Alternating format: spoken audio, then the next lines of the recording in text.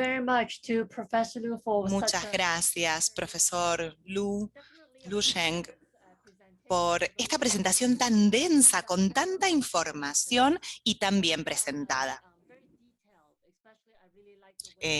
Me encanta la forma en la que has podido describir con tantos detalles los estudios de CCD, mostrándonos las causas, mostrándonos la importancia que tiene para poder comprender y para poder tener paciencia con estos estudios, justamente, estudios de tanta importancia que llevan su tiempo. Quizás puedo hacer una recapitulación bastante rápida de la presentación y corríjame si me equivoco, por supuesto, ¿eh? Profesor Lu. Sí, por supuesto. Todo comenzó entonces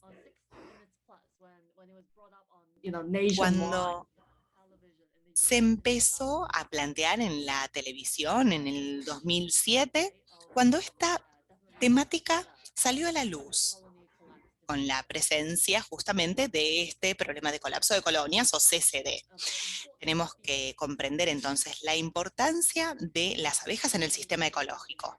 El profesor Lu entonces nos destacó las partes básicas de cómo una colonia o una colmena saludable debería ser y cómo polinizan muchas cosechas. De no tenerlas, no vamos a poder tener la diversidad de alimentos que tenemos actualmente, a menos o si no tenemos abejas. Esto es lo que se estableció desde el comienzo de su presentación. El profesor Lu luego nos contó que necesitamos abordar la cuestión de las abejas que desaparecen, que lo venimos escuchando muchas veces en los medios de comunicación. Hay un informe publicado en el 2011 de la ONU al respecto, pero lo que es desilusionante con respecto a este informe es cómo solamente nos dicen que debemos cambiar el comportamiento humano sin decir exactamente qué es lo que debemos cambiar. Ahora voy a preguntarle al profesor Lu entonces, ¿qué opina usted que tenemos que hacer nosotros? O sea, ¿qué deberíamos cambiar nosotros en nuestro comportamiento como seres humanos? Después de haber escuchado su presentación, porque a mí me gustaría aprender realmente, o sea, saber qué es lo que una puede hacer para ser seres humanos responsables de vivir en este mismo planeta.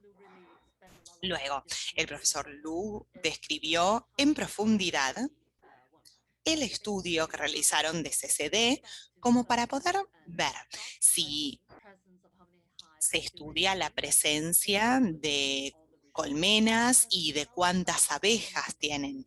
Si paramos en las primeras semanas, perdemos toda la información, porque los resultados empezaron en la semana 14, 16, 18, en donde ahí vimos la cantidad de colmenas que no funcionaban, es decir, la gran cantidad de colapso de colmenas con el correr del tiempo. Esto también destaca la idea que los neonicotinoides, que ahora ya aprendí a pronunciar, cómo generan un daño en todo lo que tenemos alrededor nuestro por el uso tan común de los pesticidas en nuestras comidas diarias, como el maíz, por ejemplo. Y también usted había mencionado algo de la soja, si no me equivoco. Me sorprendió mucho porque, perfecto, sabía sobre el maíz, pero me sorprendió que también fuera la soja y que estemos teniendo productos tan modificados genéticamente como parte de ítems de nuestra alimentación actual. También el profesor Lu destacó dos cosas que tenemos que recordar, dos términos que son transgeneracional y la exposición subletal, que son términos que necesitamos comprender dentro de este estudio. Así que sí, hablamos de generaciones que quedan afectadas, generaciones de abejas que quedan afectadas.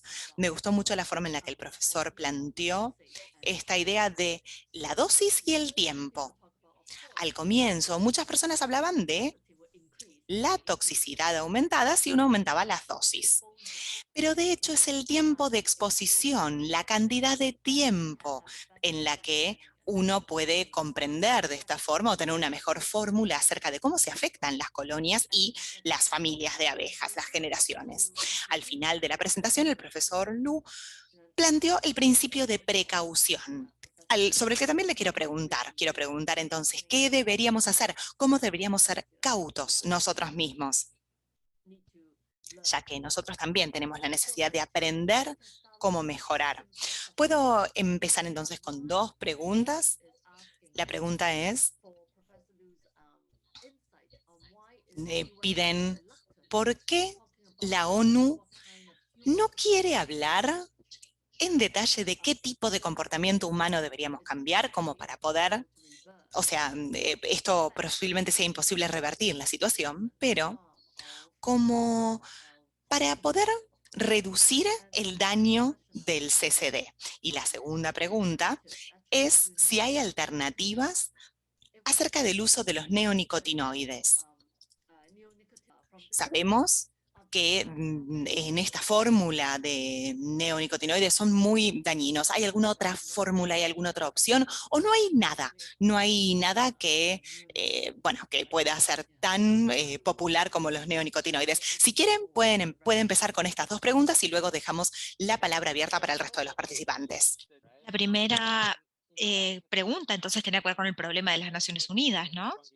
En realidad, después de que publicamos el primer paper en 2012, la Unión Europea decidió reexaminar la seguridad de los neonicotinoides para las abejas, porque en la Constitución de la Unión Europea hay una cláusula de principios precautorios.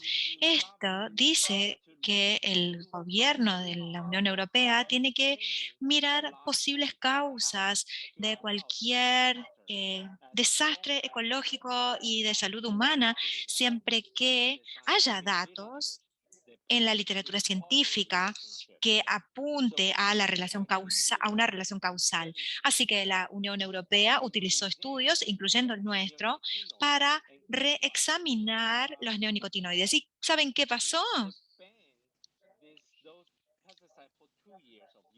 Prohibieron este pesticida durante 2 años. En los 3 usos más comunes, durante 2 años. Y durante ese periodo de 2 años, la Unión Europea hizo un estudio por su parte y examinó qué pasó antes y después de la prohibición de estos pesticidas y el impacto en la mortalidad de las colonias durante el invierno dentro de los Estados miembros de la Unión Europea. 17 países de los 27 participaron en el estudio y en solo un año el resultado fue choqueante. La mayor parte de los países, sus colmenas eran muchísimo más seguros durante el invierno, estaban mucho más protegidas como resultado de la prohibición de los neonicotinoides. En el plazo de 2 años, la prohibición debía volverse indefinida. Estos tres tipos de nicotinoides no pueden usarse, se volvió definitiva. Obviamente, los fabricantes llevaron a la Corte, a la Unión Europea para cuestionar su dirección, pero el principio precautorio está en su constitución y el resultado fue realmente muy obvio, muy importante. Entonces,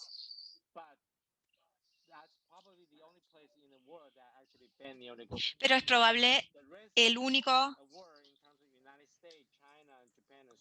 en China, en Estados Unidos, en Japón y en otros lugares, todavía no hay limitación sobre el uso de neonicotinoides. ¿Y cuál era la segunda pregunta? No recuerdo. Ah, sí, por el tiempo, o sea, yo he pasado más de 30 años en la investigación sobre pesticidas. Nunca dije que había que prohibir algún pesticida en particular. Yo creo que en la agricultura, desde la perspectiva de la agricultura moderna, los pesticidas son necesarios. Pero yo creo que es importante tener un uso razonable y cuidadoso de los pesticidas. Debemos utilizarlos como en una manera terapéutica, como la gente que toma antibióticos. No tomamos antibióticos de forma preventiva, pero esto no es lo que estoy pensando tanto ahora. Luego de este estudio sobre neonicotinoides, cambié mi posición. Yo ahora creo que deben ser prohibidos los neonicotinoides, en parte por su naturaleza sistémica. Una semilla tratada, no importa qué semilla, una semilla tratada con neonicotinoides para cuando la planta crece al estado en el que tiene polen, néctar, ese polen va a salir al ambiente y va a ser llevado a diferentes lugares, va a afectar a los organismos cercanos, va a afectar a los humanos si los inhalamos. Y luego el maíz, los pepinos, los tomates, todo que crece a partir de esas semillas tratadas con neonicotinoides van a tener residuos en la fruta. Esto va mucho más allá de la protección de plantas. Esto se ha vuelto un problema de salud pública, porque todo el mundo que come esas verduras y que come esas frutas se ve afectado, y ahora entendemos un poco más sobre neonicotinoides y cómo un poquito de ellos puede dañar el ADN mitocondrial, cómo entonces puede ser que estos pesticidas se sigan usando en la agricultura. Aquí presento un aspecto muy desafiante para la salud pública, que otro tipo de pesticidas nunca tendrían este tipo de desafío. Por eso tenemos que prohibir los neonicotinoides, tenemos que prohibir todos los tipos de pesticidas sistémicos. Volvamos a los pesticidas viejos, que tenemos mejor manejo, sabemos cómo prevenir esos riesgos, pero neonicotinoides no podemos prevenir, no podemos impedir los riesgos porque van a surgir como parte del polen o del néctar. Creo que esa es mi respuesta a tu pregunta. Muchas gracias. Así que sí, hay que prohibir los neonicotinoides. Eso es lo que tenemos que hacer. ¿En la Unión Europea? ¿Solo en la Unión Europea? Bueno, por lo menos sí, ahora. Veamos si, a ver, si alguien más quiere hacer alguna pregunta, por favor, participen. También pueden hacer la pregunta en el chat, por favor. Ahora tenemos algunas preguntas en el chat de mi colega Kim Chi. Dice, ¿podría el profesor decirnos cómo los medios masivos de comunicación respondieron a a su investigación, particularmente cómo respondieron las empresas de pesticidas? Bueno, obviamente, los fabricantes de pesticidas respondieron muy negativamente. Podría decir que me acosaron. Eh, Hay muchos profesores de las llamadas universidades de extensión, como Michigan State o Pennsylvania State. Hay varios, muchos de ellos se llaman apicultores comerciales, pero si hacemos una búsqueda por Google sobre ellos, vemos que son parte de las empresas de pesticidas. Pero pero también siempre hubo respuestas positivas. Por ejemplo, hay algunos documentales que siguen nuestros estudios para mostrar lo que está pasando en relación a la salud de las abejas y cómo son, y lo importante que es la supervivencia de las abejas. Hay un documental muy positivo sobre nuestro estudio. También el Boston Globe, que es el periódico más importante del área de Nueva Inglaterra y de Boston, hicieron un pequeño estudio y lo publicaron en el diario dominical para documentar cómo llevamos adelante este estudio, cómo lo hicimos, cuáles fueron los resultados y cuáles pueden ser las consecuencias como parte, las consecuencias de lo que vimos. Entonces, por supuesto, hubo respuestas negativas, pero para la gente como yo que está haciendo estas investigaciones en el tema de los pesticidas y el daño a la salud pública y a la salud ecológica, a la salud humana también, vamos a encontrarnos con esto, con estas reacciones negativas. Una aproximación fue de el profesor. Me objetaron eh, los resultados. ¿Cómo pueden hacerlo positivamente? Eso yo lo tomé.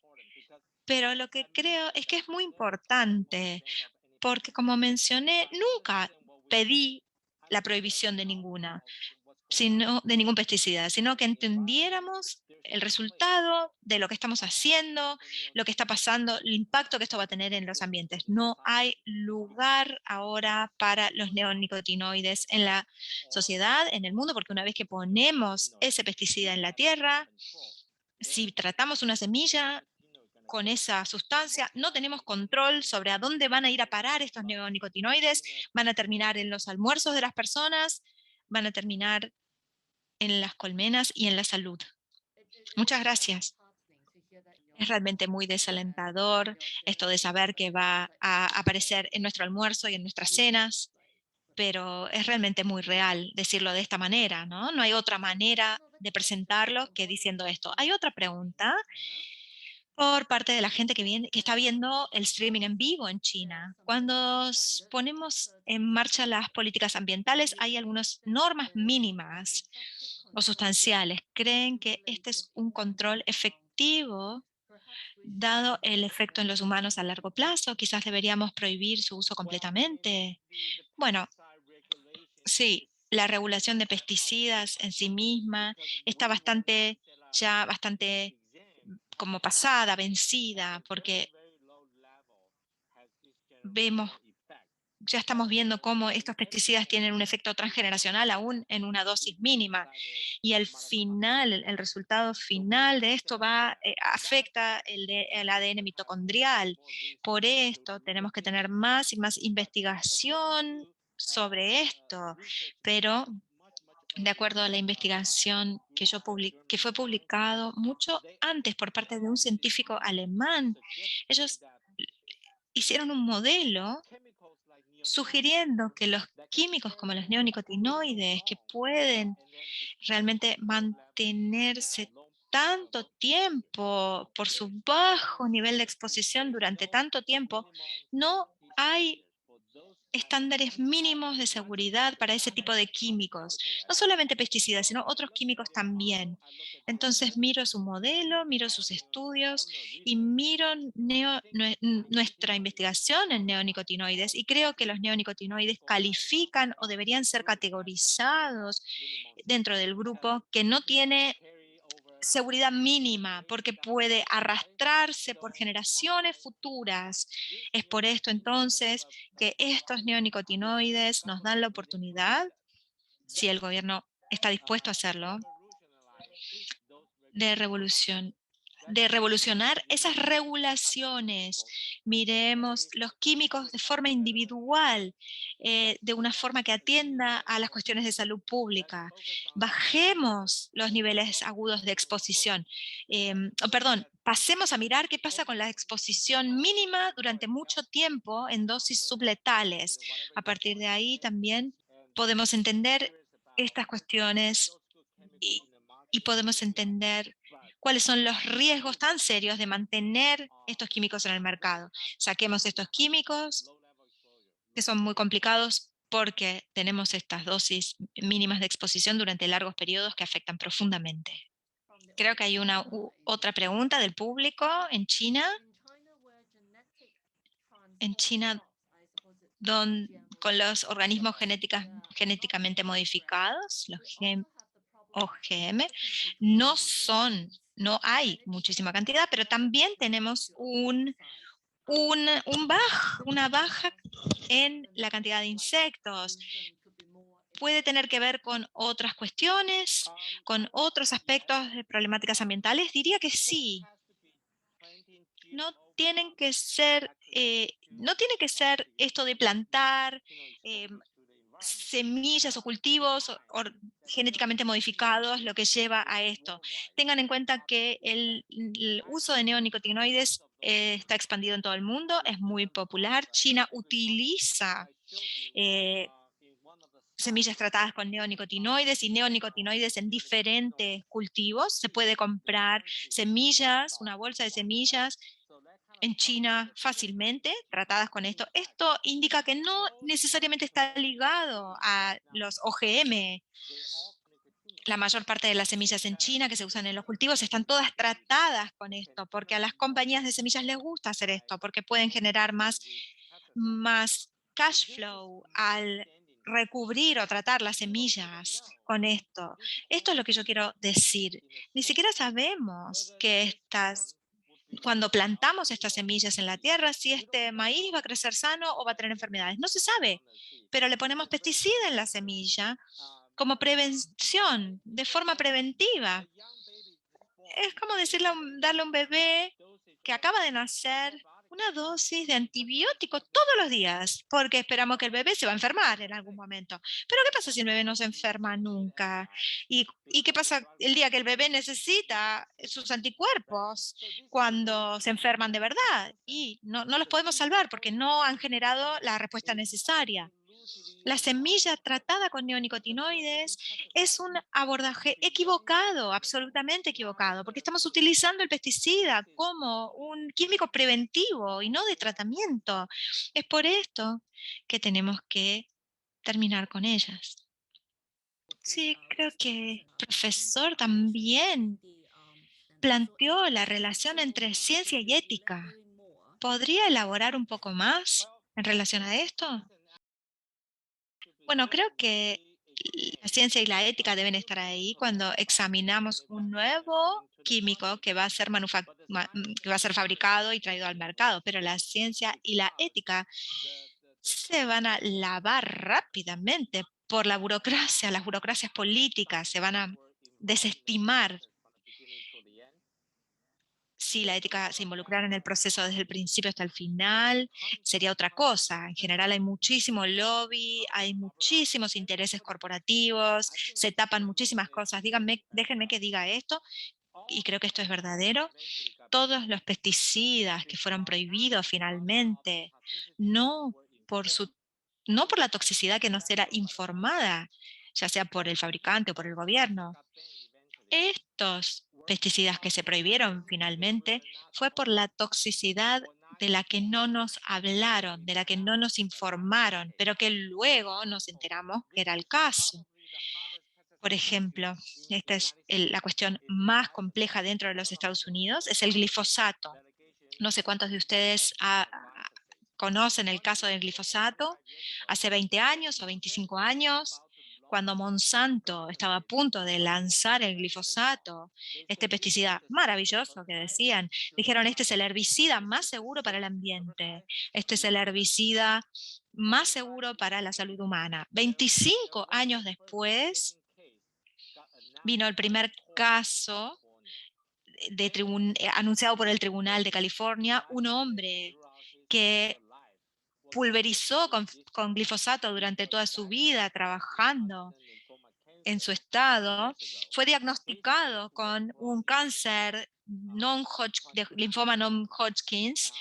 Esto se llevó a la corte en 2019. ¿Saben qué? Le dieron casi $3 millones como reparación de daños, en concepto de daños. Pero que piensen en esto, usamos glifosato durante 25 años, el ambiente absorbió glifosato durante 25 años. 25 años después sabemos que el glifosato causa cáncer. Hace 25 años no lo sabíamos. Hoy lo sabemos. ¿Dónde está la ciencia? ¿Dónde está la ética? Profesor Lu, ¿podría decir algo sobre la investigación que está haciendo en este momento? Todavía estamos continuando esta línea de investigación, mirando el daño en el ADN mitocondrial en diferentes organismos que todos están siendo expuestos al ambiente. También estamos mirando este efecto transgeneracional en gran medida, porque si podemos demostrar lo que dijo este científico alemán en los 60, que el tipo de exposición relacionada con la dosis no solamente tiene que ver con la dosis misma en ese momento, podemos identificar las toxicidades transgeneracionales, ya sea en organismos como las abejas o en humanos. Entonces, tenemos que mirar esto hacia el futuro, hacia las regulaciones toxicológicas. Tenemos que aplicar esto a todos los químicos a los que son expuestos los seres humanos y ver hasta qué punto se deben usar por parte de humanos en la sociedad, porque nuevamente no hay niveles de seguridad. Sabemos que la toxicidad va a aparecer más adelante, si no es en esta generación, va a ser en las siguientes.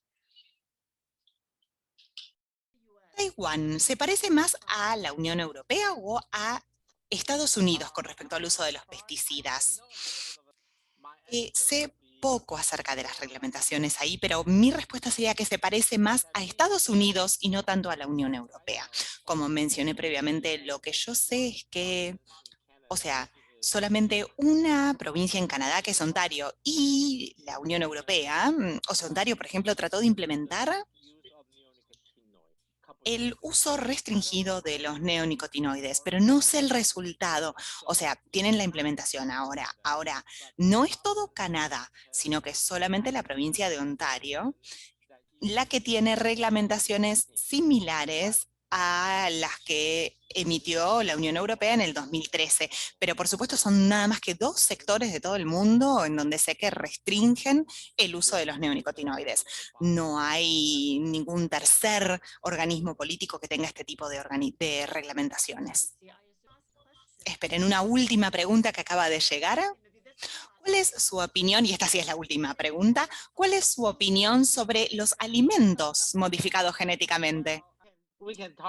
Bueno, se puede hablar de esta temática más allá de los pesticidas. Mi criterio es que para los alimentos modificados es como si fuera una empresa que trata de venderte un producto para el consumo. O sea, es un producto de consumo, no hay ningún ingrediente, o sea, es imposible aumentar la producción agrícola. Entonces, es un producto comercial para la cantidad de gente en el mundo que necesita comer, pero no digo que las GMO sean una manera genial de luchar contra el hambre en el mundo. No, simplemente digo que es un producto de consumo. Después depende de cada uno. Yo no lo comería. O sea, ¿qué es lo malo de la alimentación normal, común? No. Si hay algo malo con las semillas convencionales, entonces sí tendríamos que pensar en modificados genéticamente. Pero no creo que haya nada malo con las cosechas naturales. Entonces, ¿por qué pasamos a esta industria modificada genéticamente? Porque necesitan ganar más dinero. Punto.